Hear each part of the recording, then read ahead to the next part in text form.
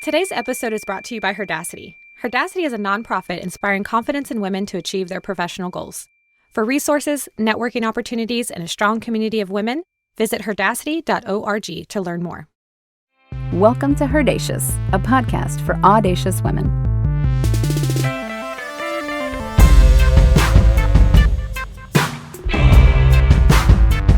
Hello, hello, hello. I'm Lorelei, your host for More Professional Lady Talk. We're recording out of Moon Lab Studios in Austin, Texas, and I am pleased to be here.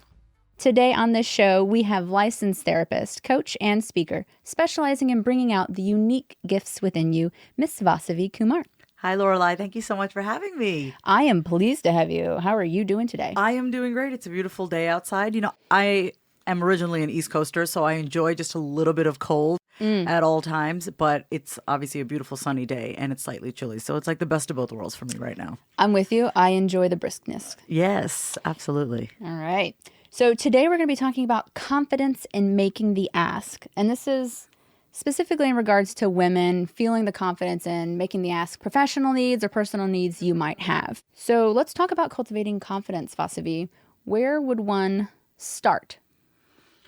So this is a huge topic, right? Because fear gets in the way of a lot of things that we want to do, and our thoughts get in the way. We have beliefs about what we can and can't do, what we should and shouldn't do. Confidence is everything, right? And while I think it's great to fake it to make it, that can often lead to imposter syndrome, right? And we feel like, oh, I'm being fake, I'm being fraudulent. And so cultivating that confidence really does come from getting very clear on who you are and what it is that you want. When you're clear on who you are, Lorelei, and you are aligned with what you want, your values, your needs, your desires, and you are unapologetic about it, it's a lot easier to become confident in making that ask, whatever that is. You just gave me so much information.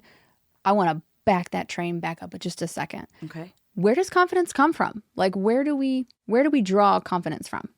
Confidence in my own personal life, where I have drawn confidence from, is just this inner knowing. It is this voice inside of me that at times I have ignored, okay? I have ignored that little voice inside of me. You can call it your intuition, your gut.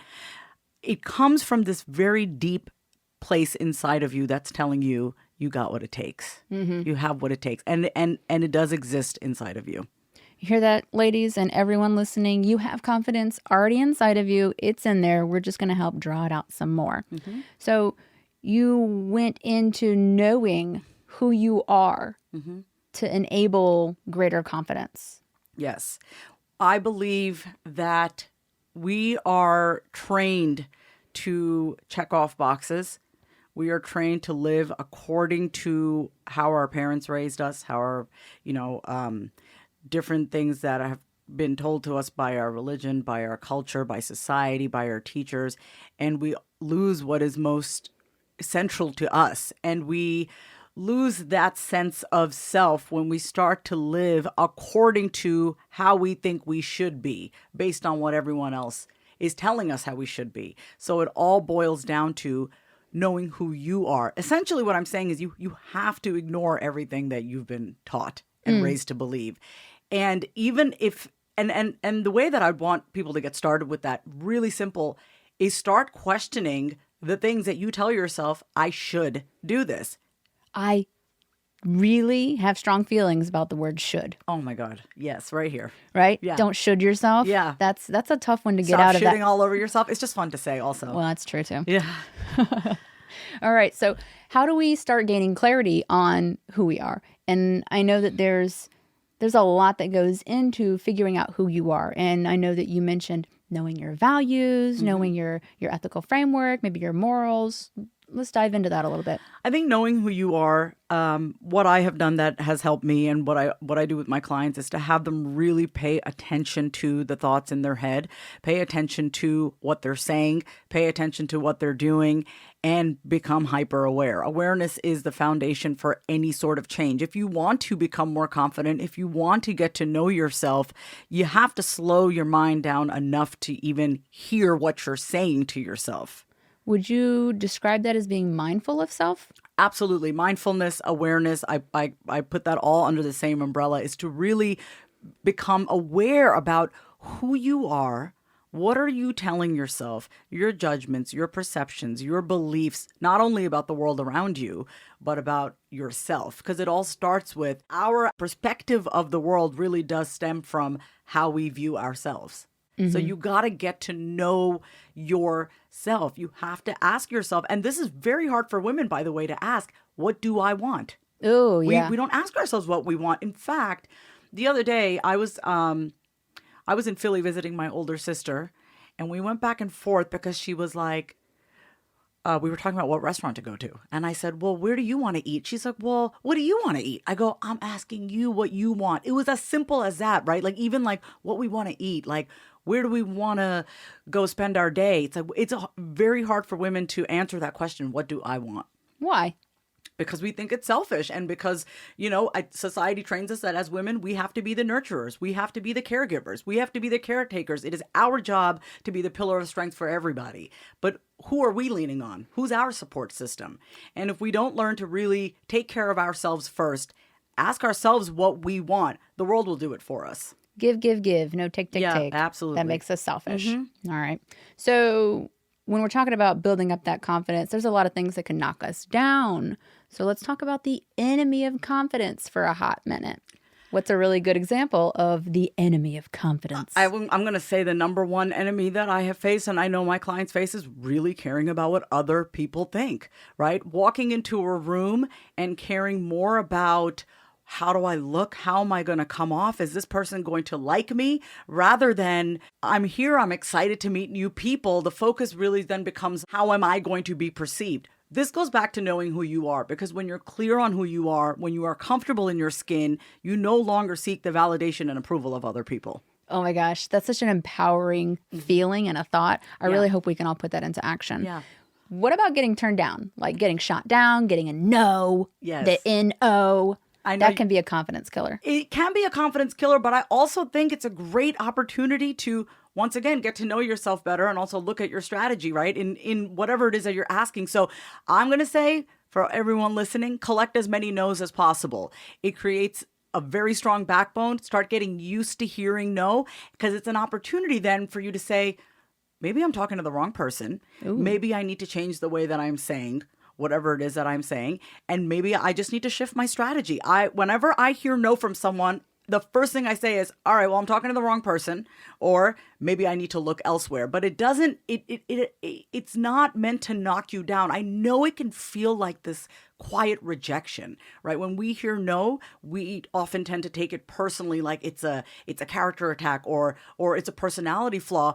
And what I invite your listeners to really consider in shifting their perspective to, it's not a no about me. It's just, maybe I'm just talking to the wrong person. Maybe I need to reevaluate what I'm even asking for in the first place. It's just a no to that question. Absolutely. The next one could be yes. And the next one could be yes. But the number one thing is, do not take it personally. This is not a personal rejection, because the minute you take it personally, that's when you stifle your voice, and that's when your confidence plummets. That's when your confidence plummets. Yeah. That sounds to me like a resiliency issue as well. Absolutely. Resilience, being able to bounce back from any adversity, burnout, transition, any sort of life-altering experience. It could be anything. Building that bounce back muscle is probably one of the greatest gifts that you can give yourself. It's like, I will honestly say this, my greatest flaw is also my biggest asset, is that I have fallen on my face so many times. And I consider that to be my asset, because it is, I've gotten so used to in the past, and even now I still get no, but I'm so used to, and I welcome I may not get what I want, right? Because that has trained me to, okay, but how am I going to get back up? And so building that muscle, it's like when you go to the gym, right? Like, I may not have the strongest of quads right now, but if I keep doing certain strength training exercises, my quads will get stronger. It's the same thing. Start getting stronger in bouncing back. What I'm hearing is that while you might get no, you could still get a yes. So your ask is still valid, maybe just not for that person or that situation. We just got to be resilient, stay confident in our asks, and keep moving forward. Absolutely. This is where detachment comes into place. You can ask. Most people get stopped because they are so afraid of the no that they don't even ask. What I'm inviting you to do is keep asking and be detached to whatever that outcome is, because you might be surprised. If you do it from a place of, I may get what I want, hey, that would be great. I may not get what I want. hey, that might be great too. Like, remain neutral about it. Your job is to be aligned with what it is that you want and do the work and actually just ask for what it is that you want. Remaining detached is very hard, by the way. It is not easy, but it is simple in theory, but it's not easy to always practice that. Give us an example of practicing detachment. So I pitch myself to a lot of podcasts, right? As a business owner, and I love getting my message out there. That's how I connect with my audience, is that I get on podcasts like this and I share content that I have. I share my personal story. I share teachable moments. I do a lot of outreach to different media outlets to get my message across. I do all my outreach. I know that when I hit send, I may get a no. I may get a no right, no, not right now. I may get a yes. It is my job, though, to continue to put myself out there. This goes back to knowing who you are and being clear on what you want, right? So I know that I have a valuable message to share and a valuable product, valuable service. And I am clear that it is my purpose here on this earth to get that out there. That is what I'm clear on. My duty and my job is to do what I need to do to put that content out there, to get that message out there. Whether or not you say yes or no to me is irrelevant to me. My job is to put it out there, though. And this goes with anything, whether you're working in corporate and you're asking for a raise, or you're starting your own business and you want to have certain partnerships. If you're clear on what you want, you just got to go do it and not be so detached to what you're going to get back. Not be so attached to the outcome of getting a yes or no. So the yes or no isn't necessarily the stumbling block. There is a solution at the end. You just got to keep pushing through it. That's where the resilience comes in. You got to say, you know what? If it's a no, no problem. I got to keep moving forward. It is a non-negotiable, right? Like training your mind to believe I may get a no. That's okay. I may get a yes, and that's okay. My job is to be consistent and to continue to do the work. Okay. So let's say I'm getting a no. Mm-hmm. I'm getting a lot of no's. How do I recraft my message? How do I adjust my messaging to get yeses? I think that asking yourself, is my message aligned with my values?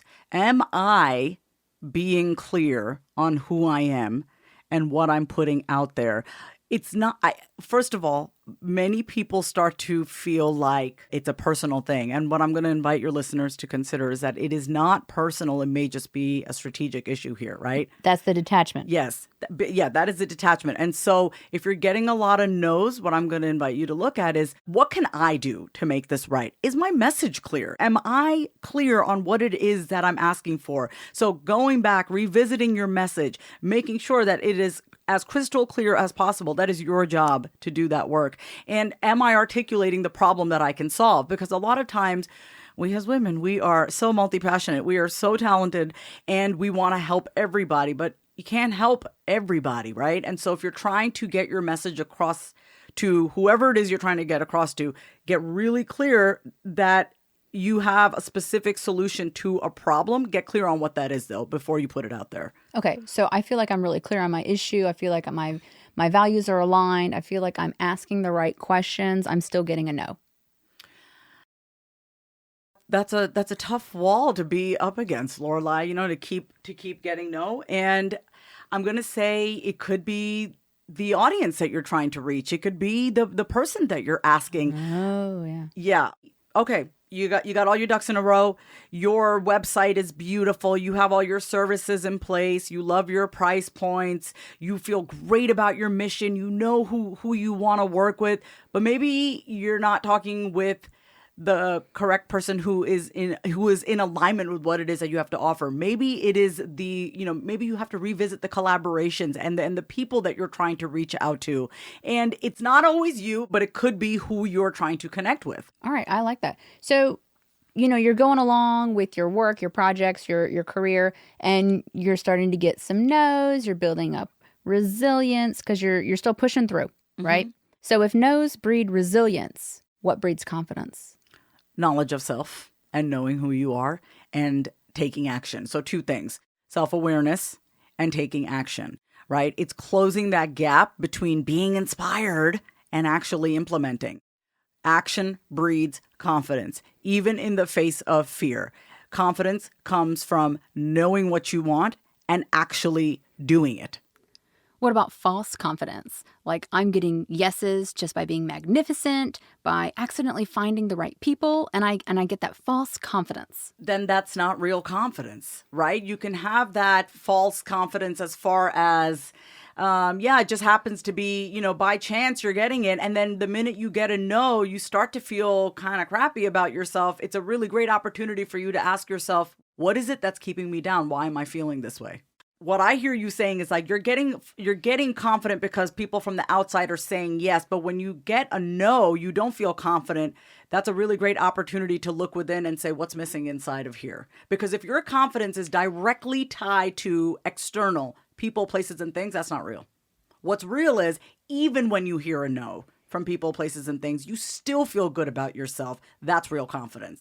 Your worth is not tied into people saying yes to you. It's not. You can spot insecurity a mile away. Mm-hmm. You can spot that I'm going to put out this feeling of yes, but see that something's a little bit off. I've had to deal with this personally in the past few years, actually, with my own personal challenges that I've gone through, is to ask myself, who am I without all the things? Who am I as I rebuild my life now in the past few years with a lot of personal challenges going on? Like, who am I without that? And I'm really happy to say, had I not had to go through a lot of the personal challenges that I've been through, I think I would have been still operating from false confidence, for sure. So I want to go back to what you mentioned about what helps breed confidence. And you said knowledge. Knowledge of self. Why does knowledge matter? So we had already discussed like knowing your values, knowing your vision, knowing the things that make you you and how to be your authentic self. What else about knowledge gives people confidence? So when I have clients come to me and they're like, well, I don't know how to do this. Obviously, that's why they come to me and I help them. But there are a lot of things in the interim if we're not working together. I had a client the other day. She was like, I'm building my website on Squarespace and I don't know how to do this. And I said, have you tried Googling it?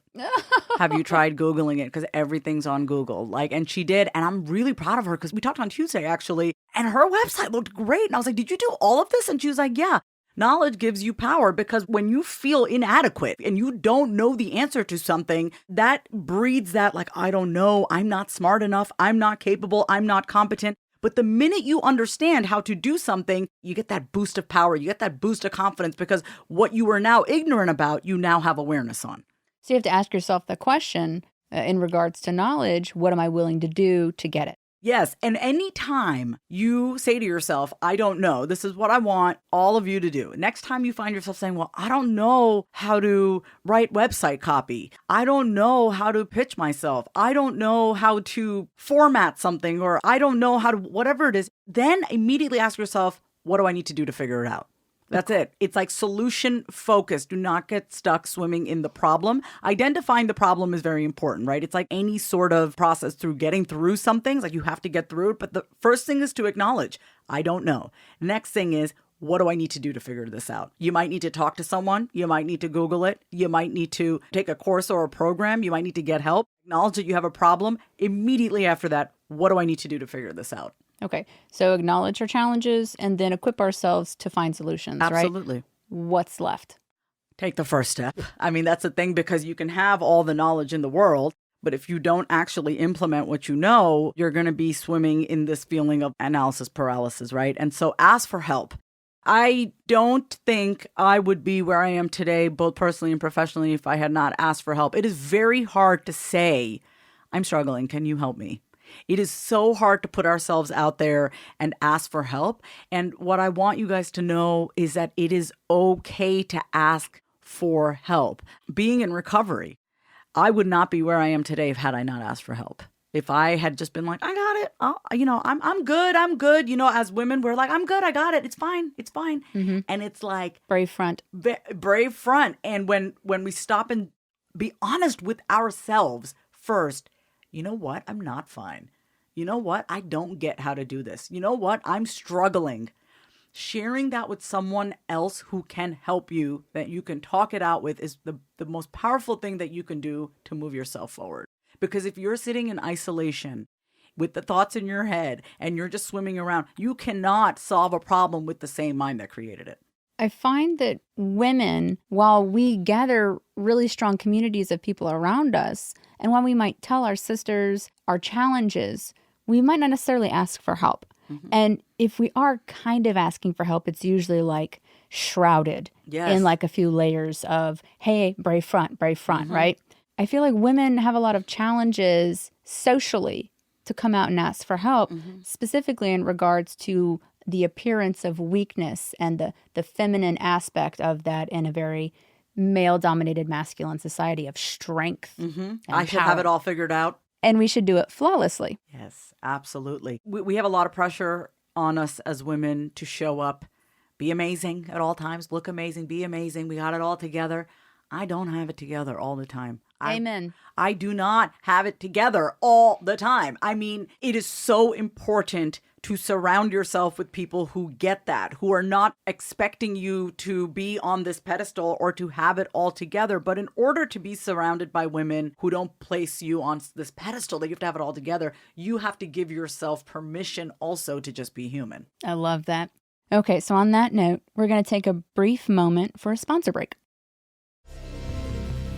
Hi, Barbie here from Moonray, husband and wife indie pop duo. If you enjoy the intro music, we invite you to listen to our debut EP, Honeymoon, streaming now on all platforms. Visit www.moonray-music.com for more. All right, we're back. So Vasavi, talk to me about making the ask. We've worked through the confidence steps. We've worked through our resiliency. We've worked through some of the no's and some of the challenges that come with that. How do we get out there and start making the ask? First thing is first. I actually just talked to my girlfriend yesterday, and she is going to be sharing with her current boss that she's leaving, right? And she's like, no matter how much I show up with respect and dignity, I know that it's going to be scary for me to tell my current boss that I'm leaving. And I said, listen, you can say something with as much honor and dignity and respect. It may not always be well received, right? So one of the things that we're doing this next week is we're going to role play. And I said to her, come over, let's look at what you're going to say to her, and I will rip it apart. And obviously very lovingly, of course, because supportively. Supportively, of course, yes. And so because I know my friend, and I know her tendency is when she's asking for something or when she wants to share something that might be scary, she has a tendency to over-explain. And she has a tendency to apologize all the time. And I said, listen, you wanting to make a transition into a new job, you don't need to apologize for that. If you're doing it with dignity, you are giving her plenty of notice. You do not need to over-explain yourself. This is your life. You're allowed to do what you want. Your job is to try to do it as clean as possible, right? Like, don't burn any bridges, and just try to be as respectful as possible to the other person. So first thing that I would recommend is role play it. Talk it out with somebody who wants the best for you. Talk it out with someone who sees you as the powerful being that you are. Talk it out with someone that you feel safe with. It really helps to say out loud what we want to say, because otherwise our words and our thoughts just get jumbled in our mind, and we minimize and we dim and we shroud, to use the word that you used previously. We shroud behind our message, and we end up walking away feeling smaller than we did when we showed up, right? So it's like, role play it with someone, talk it out with someone who has your back. Okay. I love the role play. I personally, as a professional speaker, I don't do a lot of role play. I do a lot of practicing. Yes. I practice at home. I walk around with the whatever it is item in my hand, and that's the microphone. And, you just cruise around the room, and I pace when I practice. I love it. Yeah. I pace. So I'm back and forth with my note cards, practicing, saying it over and over again. And I feel more and more confident each time I go through the process. Role playing is great, coupled with practicing, because you may not always have access to someone role playing, right? To role play. I love that you practice in the shower, practice in the car, practice walking around. And this is not just if you have a huge ask. Listen, if you are someone who worries a lot about not wanting to offend anyone, I don't want to tick anyone off, and in the process, you minimize your own needs, wants, and desires, it is so important that you practice out loud. There is power in hearing what you sound like, right? Because if you were to be in front of a friend and she was going to share the way she wanted to show up and say something, I bet you would be able to be like, you know what? You're not sounding really confident. You know what? You're sounding really apologetic, and you don't need to. We need to give that to ourselves. So the practicing and practicing out loud is key. I feel like practicing out loud adds confidence to the ask, because, the first few times you might not feel confident about the ask. You might feel uncomfortable. It might be a really big ask, it might feel a little risky. And if you don't say it out loud, maybe the first time you said it, it sounds like a question. Yes. Hey, can I have this? Yes. Can I have this? Yeah. That's great. I love that. And it's like, are you asking me or are you telling me? Right? What do you want here? It's like, I'm not asking for permission. I'm giving you notice, right? Why are we always asking for permission? And not to sound cheeky, but like practice does make perfect. And I don't want to necessarily say that it makes you perfect, but it makes you comfortable and it makes you confident with the sound of your own voice. And you're no longer apologizing for what you want and what you're asking for. You are simply stating it. All right. So we're crushing the ask. We're making the ask. How do we add value to the ask to solidly represent ourselves and the value we're bringing with whatever the ask is? If you're making a big ask that you need to practice on, right? Like you're probably asking for something that's pretty big, pretty serious, pretty heavy. And maybe it's financial, or maybe it has to do with like big career moves or relationships. You have to have some sort of value prop coming in with that ask. I'm going to say what my father always used to say to me. He said, the most important station that people are tuned into is WIIFM. What's in it for me? My dad always used to say that. He still says that. He's the smartest man that I know. And he always said, when you're asking for something, it can be scary because if you're not used to asking, you feel like you're being a burden or you're taking. And my father always trained me, when you're asking for something, phrase it in terms of, and this is not manipulation, by the way, this is just human nature, right? As human beings, there's a give and a take. Some people just want to give to you and give, and that's great. Learn how to receive. But when you're asking for something, it is so important to put yourself in the other person's shoes and be like, well, what's in it for them? Like, how do I make this sexy for them, right? Like, how do I make this desirable for them? Look at what you're bringing to the table, and you're not necessarily taking from somebody, right? You have to know your own value. You have to know what you're bringing to the table. So if you're asking for more money, look at, well, what am I bringing to the table that I'm asking for more money? You have to know your worth. You have to know what you're made of. I find it really fascinating that you just provided a caveat in your explanation. Hey, I'm not being manipulative. Yeah. And I feel like that was a slightly feminine thing to do, especially in our culture. Yes, absolutely. We feel like if we are being strategic in our ask and we're being manipulative, you're not being strategic. You're literally putting yourself in the other person's shoes and you're saying, well, if I was this person and if I was being asked this, what would make me want to say yes? It's not. How come when women are strategic, we're considered manipulative? But when a man does it, it's like, well, he's really savvy. Like, look, like, why is that? Power play. Yeah, power play. Right. But as women, we're considered sneaky and manipulative, and that's crap. Amen to that. Good gracious. Yeah.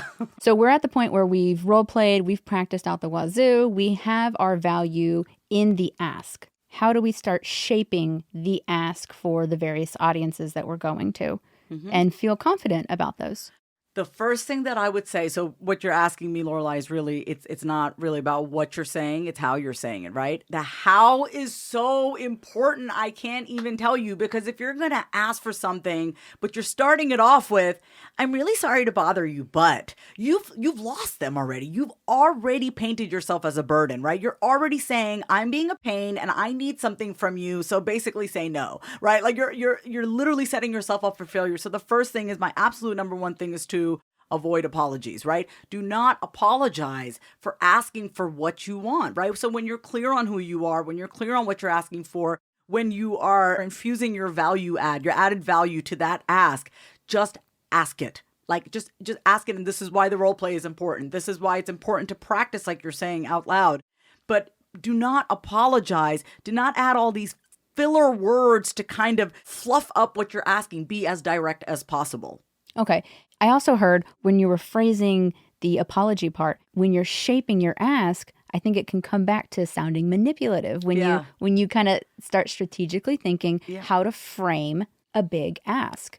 And again, that's not manipulative, it's strategic. But then sometimes I think women can backslide really quickly into feeling bad about that. And that's where the apology part comes in. And yes, I'm so happy you're saying that, because if you're not in the habit of asking for what you want, when I'm saying be strategic, it is I'll say it a different way. Be mindful of how you're showing up, right? You're being mindful, like, oh, I have a tendency to apologize. I have a tendency to minimize. I have a tendency to but, and just, and just all these filler words that we have. Be mindful about that and be intentional. Oh, yes. Okay. I mean, for people out there who are like, they don't like the word strategic, I'm asking you to be intentional. And mindful. Yeah. Mindful's a good one that I think a lot of people have a decent grasp on. But I will say with men, right? Like if this was a conversation and we were two men and we said strategic, it would be totally fine. Oh yeah, I Yeah, wouldn't hear a lot so- of mindful, and not to like bro bash or anything. We're I just not don't hear. bro-bashing, I don't yeah. hear a lot of mindful talk out of my male counterparts. Yes. They're not worried about being thoughtful in conversation. They're not worried about offending anybody, right? You just ask for what you want. And for women, I'm saying, when you become really aware of your tendencies and how you show up, you're being mindful of how you show up. And then you're like, well, I want to change this behavior, right? I want to change this behavior because it no longer fits with who I am. I am trying to step into a more powerful version of who I am. Then you're being strategic, AKA intentional about how you're showing up. I feel like there's so much power in acting with intention. Yeah, because then you're creating it. It's not just happening to you, right? Like, it's not just, oh, well, they said no for what I wanted, or, I just didn't get what I want. It's like, no, what I'm inviting you to do is be a conscious creator of everything in your life, right? Like, when you're intentional, you're saying, this is what I want. I'm going to create it. We are the ultimate creators in our life, right? Nothing accidentally happens to us. I'm just going to put that out there. Nothing just happens to us by chance. We allow it. And we create that in our life. So when it goes the other way too, and when you're trying to put something out there and when you're trying to ask, it is your job to ask yourself, how do I want to show up? What is the outcome that I'm trying to create? Even if I don't get the outcome that I want, how do I want to be intentional as far as how I'm showing up?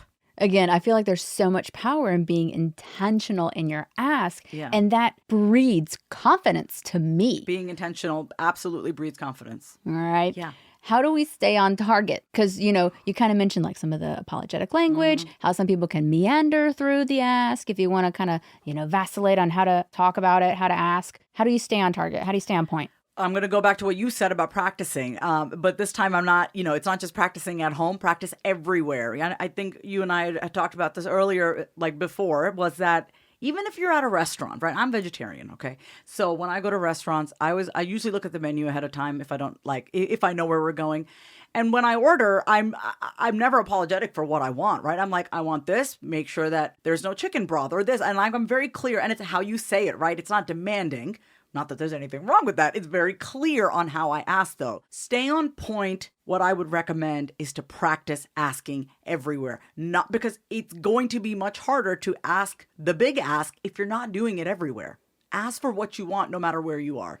So allowing this to seep in your personal life, not just in your professional life. Yeah, we can't compartmentalize. We are a whole person. Oh, but don't we? No. Don't we? We think so, but how you do anything is how you do everything, right? If you're going to shroud, I love that word, by the way. If you're going to shroud and you're going to shrink, then you're going to shroud and shrink in other areas of your life. It's going to infiltrate. This is really funny. My older sister, she gives me a hard time all the time because she thinks I'm a little princess. She especially makes fun of how I order my bagels. So I'm from New York originally. This is what I get. I got to tell you guys how specific it is. And my sister she's like, she goes, you're so picky. I'm like, I'm not picky. I just know what I want. I get a toasted, scooped out everything bagel. One side scallion cream cheese, one side vegetable cream cheese, tomato, onion, caper, little salt and pepper. Cut it. And she's like, that takes so long to order. I go, no, I have it down to a science. I can articulate what I want in like 5 seconds. I'm about to say, I feel like that was like a 6-second ask. That's a 6-second like- ask, and it's the best bagel ever. And my sister she won't ever ask for what she wants as far as the bagel is concerned. I'm like, your life would be so much richer if you just richer from the inside out.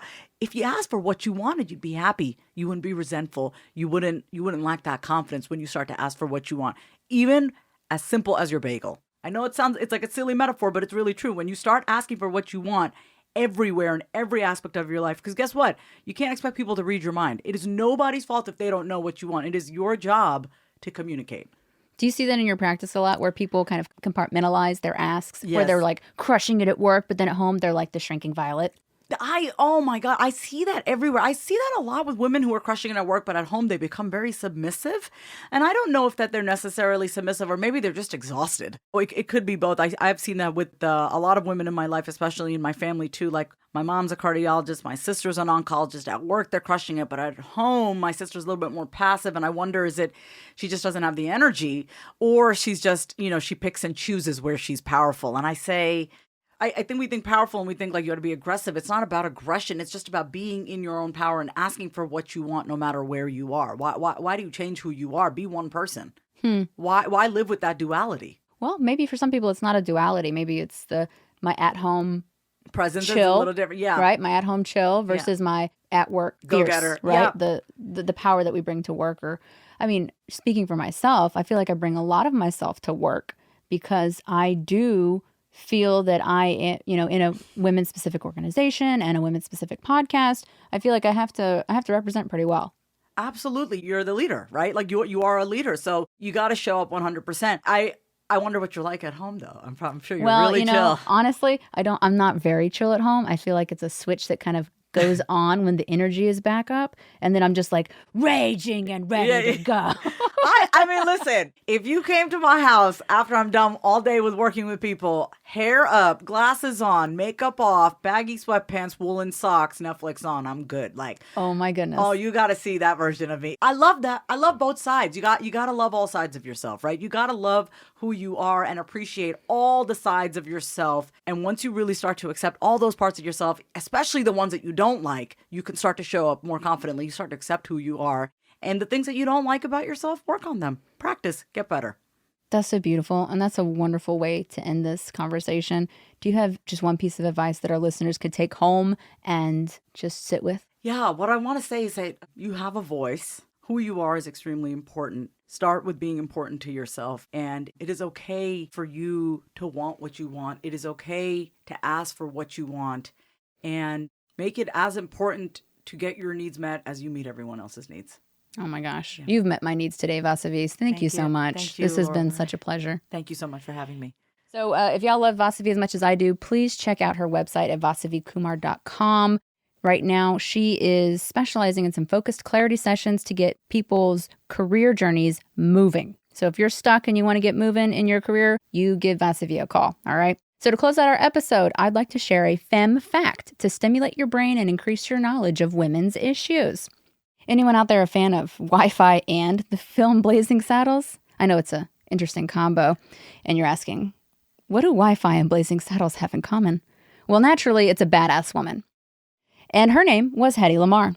Born Hedwig Eva Maria Keisler of Austria, Hedwig was a film star in Germany, and in the 30s, she gained notoriety for appearing nude in a few scenes where she famously, and for the first time on screen, simulated the female orgasm. That's right, the female orgasm was first to appear on screen in 1933. Needless to say, she became rather popular and ended up marrying a wealthy arms dealer. She later left that unsavory character and immigrated to America, the United States, to continue in the film industry. There she changed her name to Hedy Lamarr and was dubbed the most beautiful woman in the world. Being burdened with this incredible beauty and unique profile, Hedy got Hollywood typecast as the exotic seductress, which gave her zero chance to hone her craft as an actress, even though she acted her tush off. And they gave her a lot of garbage pail lines in the script for said exotic seductress casting, which was awesome, I'm sure. So she switched gears and started inventing stuff, which had been a hobby of hers throughout her life. Now, during World War II, Germany was using radio-controlled torpedoes to target and destroy Allied ships and submarines, and this included civilian cruise liners. This might have pissed her off a bit, and she set about creating an alternative to the existing radio wave technology of the time. With the help of her buddy, George Antheil, an American composer and pianist, they created a frequency-hopping radio signal that would jump simultaneously from frequency to frequency, making it impossible for the enemy to block or jam messages and signals. This technology, while not being put to use in World War II, was later used as foundational tech to craft the GPS, Wi-Fi, and Bluetooth technology that we enjoy today. So next time you're logging into the local Wi-Fi or popping your AirPods in your ear, this amazingness might not have been possible without the scientific contributions of Hedy Lamarr. And if you don't get the Blazing Saddles reference, I recommend a watch. And that is all the time we have for today. If you liked our show, please subscribe and tell a friend. I'm Lorelei, and this has been HERdacious. Until next we meet, get out there and be audacious. You got us.